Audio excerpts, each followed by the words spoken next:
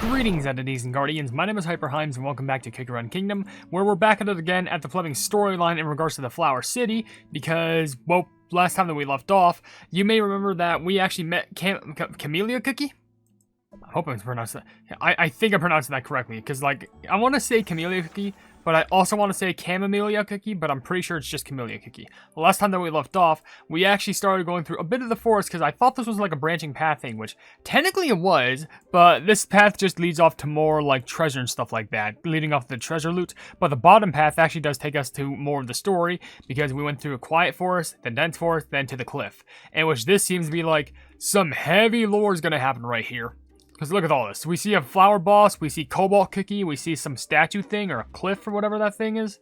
I don't know what that thing is. And also, we see some more mushrooms that says against all odds, which a level name like that seems pretty daring if I do say so myself. But with that being said, before I go ahead and start with this video, let's start with, actually the story portion. I will be reading comments from the video, completing World 3 of Master Mode. And if you want to leave your questions and comments down in the comment section below for me to read on these videos, then feel free to do so. Because it could be a random question, a random comment, a random fact, something about me, something about the game, something entirely different. It doesn't even matter, because as long as we're having a fun time at the end of the day, and we appreciate being around each other from community to creator and creator to community, then that's what matters the most. Anyway. Feels like there's something on my tongue. Was there? I think there was. Get off. Rude. Alright, there we go. Fixed it, I think. Alright, so, I guess we'll just start this off with just a basic comment, and by that, a comment from Ahmed the Boot Hill fan? I think that's how you say it, but he's saying, common question of the day, luck changer, and you know why. Also, in my opinion, Master Mode is not too hard. I'm a free-to-play player, so I did beat every stage and I got 3 stars. I think maybe it just depends on the team that you have. So, like, of course, some of the Master Mode levels are easier than others, but it depends on the team, because sometimes a team and, having some well-thought-out plan kind of works better than just, like, bomb rushing through everything with, like, oh, I have such an overpowered team that I use for everything. Trust me, sometimes that strategy does not work on every level, I would know. Anyway, we will do the cutscene of Laughing Tea because, well, while we're not going to do the levels over here because they seem like more side story stuff-ish, I do want to see what this is all about, but we may have to do our own voice acting because it's not really common for Kikurun to, give the side stories their own voice acting. Ugh, that sly, pink-haired cookie! How dare he take my sister to such a dangerous place! Oh my gosh, I was wrong. So annoying! Well, but Master Camellia Cookie was very polite, almost elegant, just like his paintings. I quite liked him. Oh, that's what Camellia Cookie wants you to think! It's all an act. All those cookies back at the tea house. Oh, I bet they don't have a droplet of tea in their dough. It's like having a giant bear jelly on their sign, but serving nothing else but regular bear jellies. House Osmanthus is different. We're all real Osmanthus cookies. With real, genuine Osmanthus jam in our dough. The cookies at the tea house might have no tea leaves in their dough, but they serve the finest tea in the city. Oh, sweet Osmanthus cookie. Don't you know how important ingredients in your dough are? Cookies from a prestigious family like ours would never do anything so dangerous like field work. But Golden Osmanthus Cookie traveled all the way to a different kingdom by herself. That's different. Forget about it. Let's go see if the merchant has brought Laughing Tea's newest work.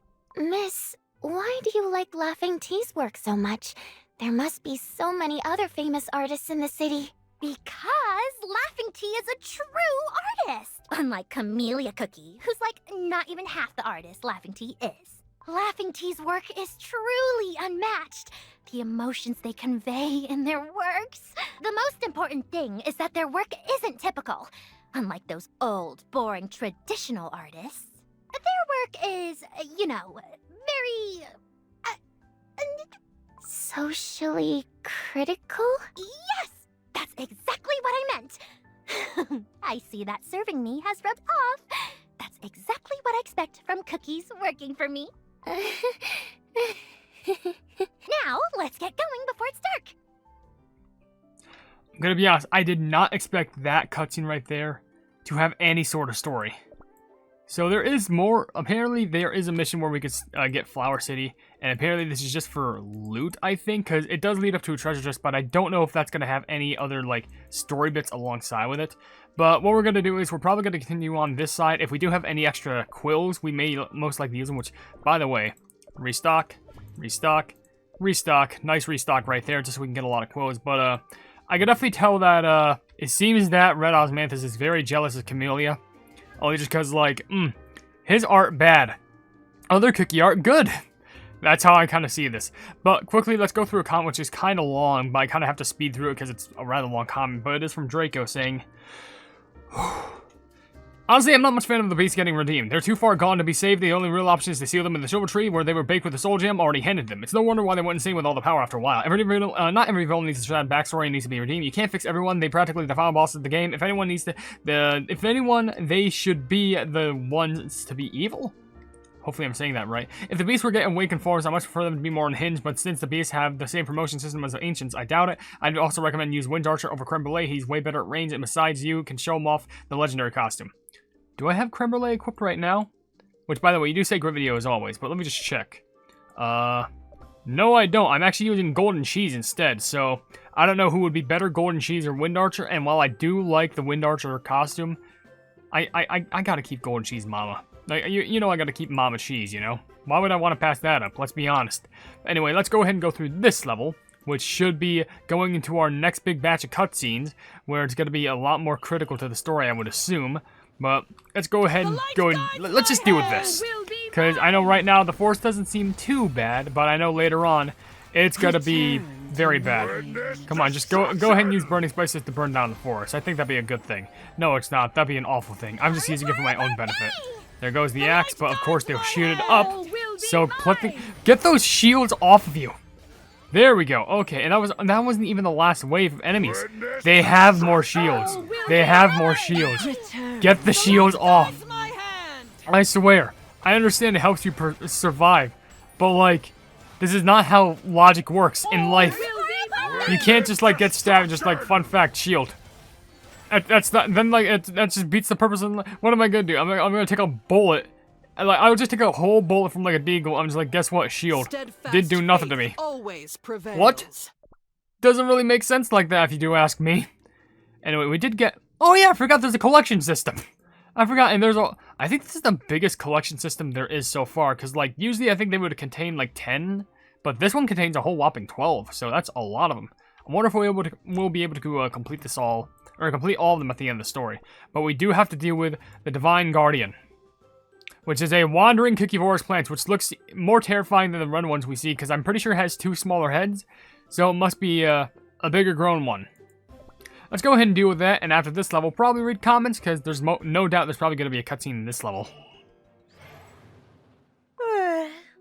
Perhaps Red Osmanthus Cookie was right.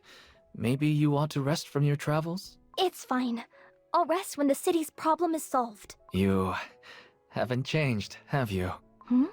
Always trying to solve everything by yourself, never sharing the burden with others. I supposed that might be for the greater good, but you have to take care of yourself as well. It's not that big of a deal. If you say so. Before we move again, why don't I tell you a little story? Free of charge from the Camellia Cookie? I can't wait. If I told you that there were other cookies living outside these borders, how would you imagine them to be?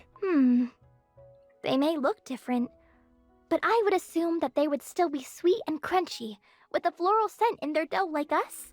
You think so?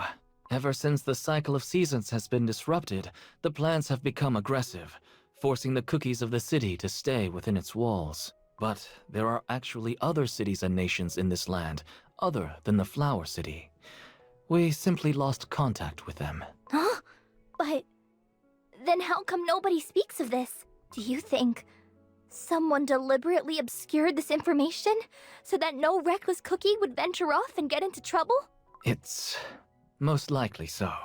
The tea leaves we use at the tea house are from the nearest tea valley, yet everyone thinks it's some faraway place. But there are cookies, just like us, that inhabit that valley.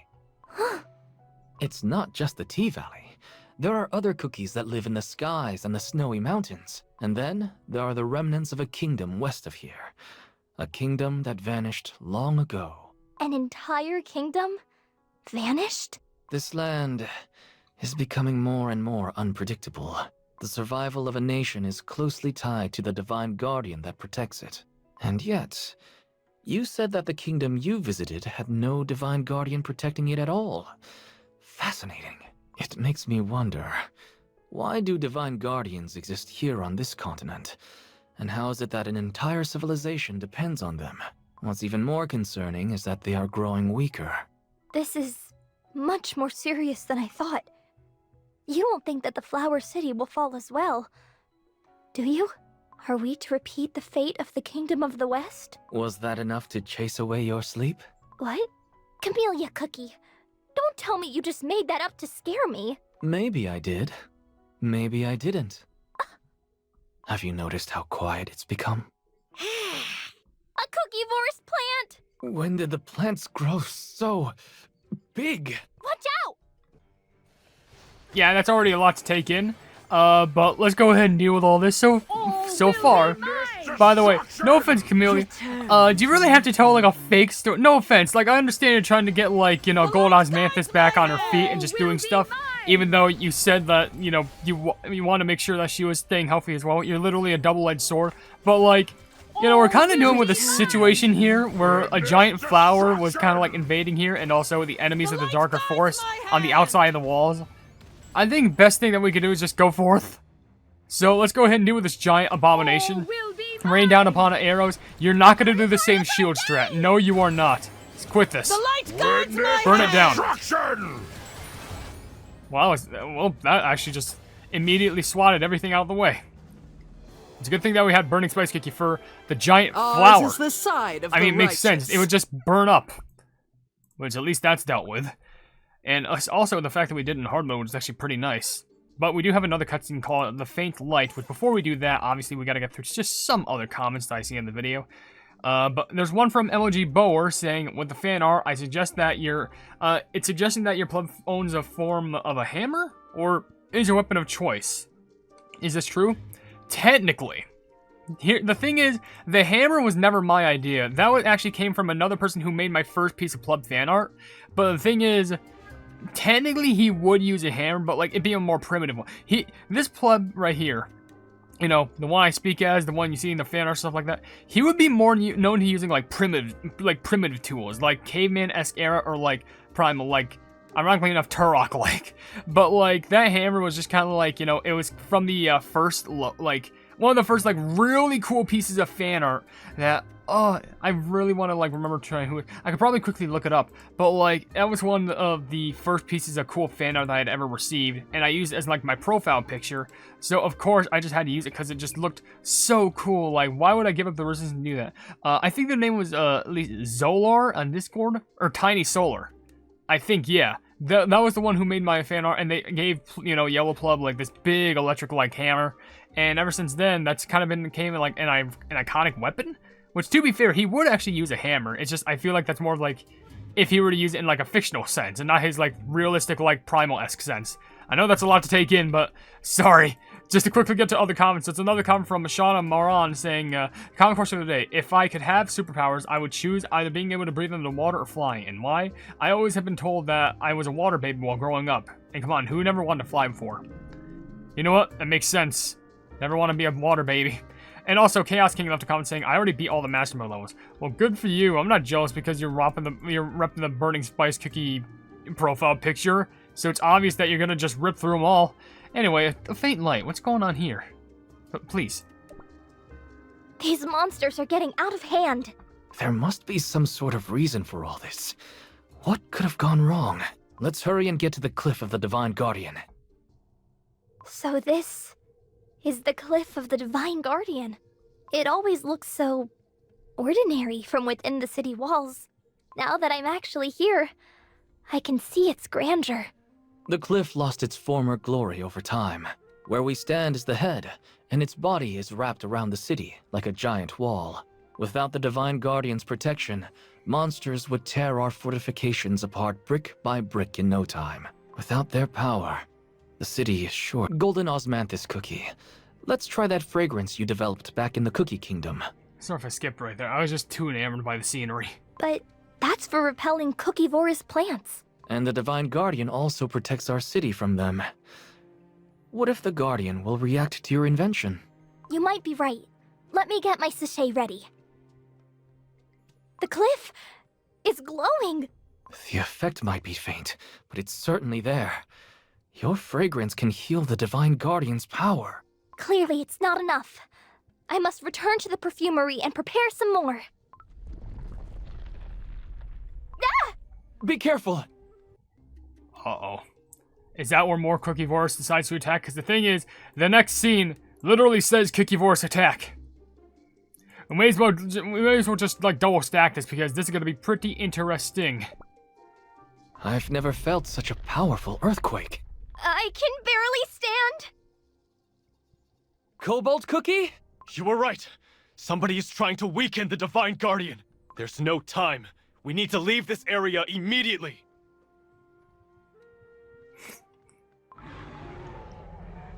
Yeah, there it is. Run! Man, that was a quick cutscene. Wait, what is this? Against... Wait. Run? Wait, what?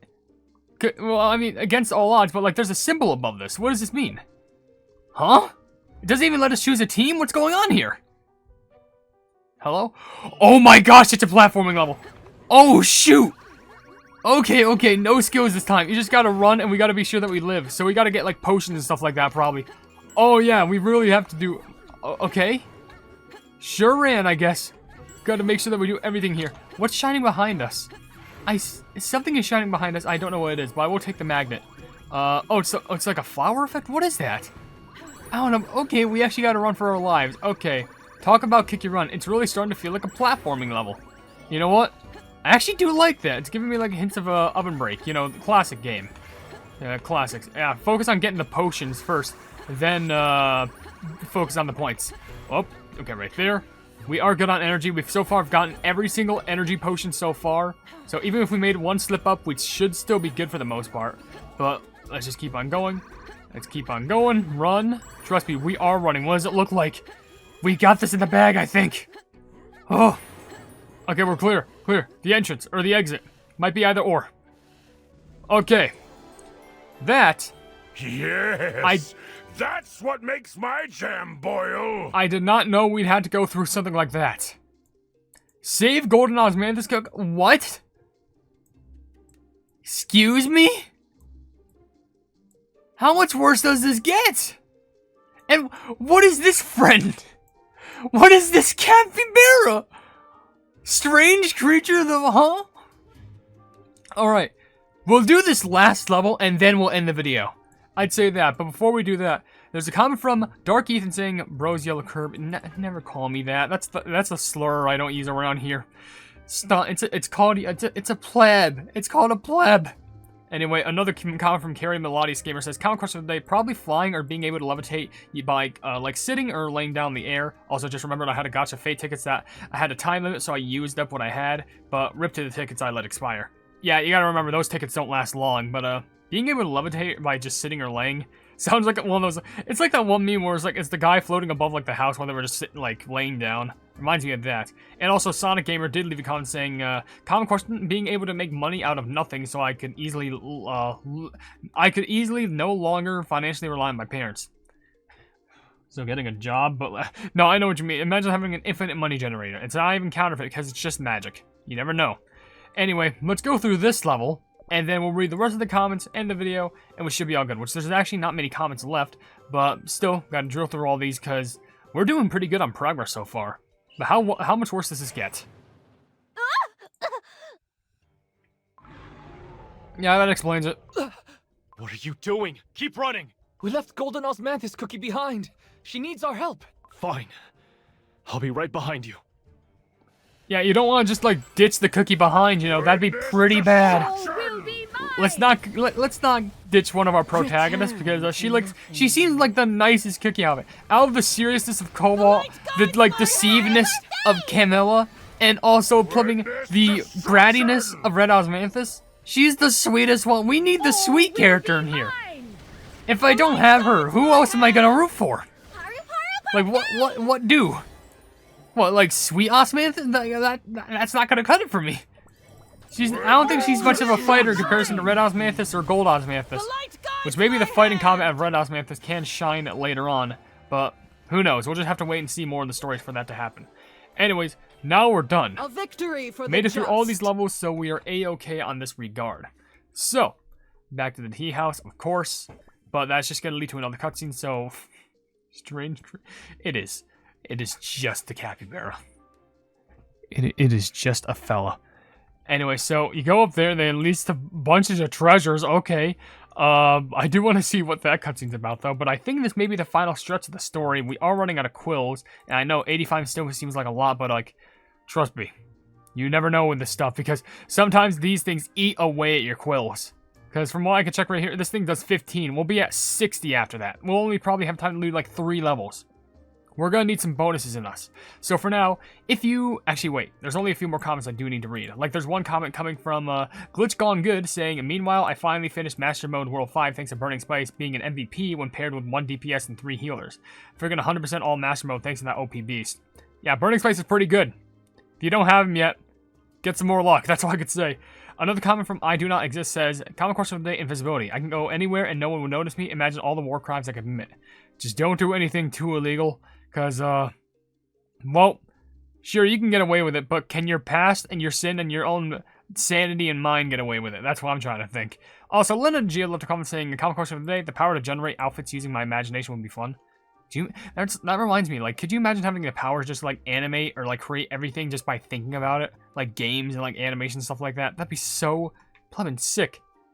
Anyway, the last comment I will read comes from Smart and Sprout saying, common question, I would like to ask if we can have, like, made superpowers or, like, a wood superpower? If it's kick run related, then what about, like, a soul jam to unlock, like, an awakened power? I don't know, I just kind of, like, said, you know, superpowers in general. It doesn't matter if it's kick run related, like, witch related, warlock related, wizard related, any of that stuff, just think of a superpower and you can just give yourself it.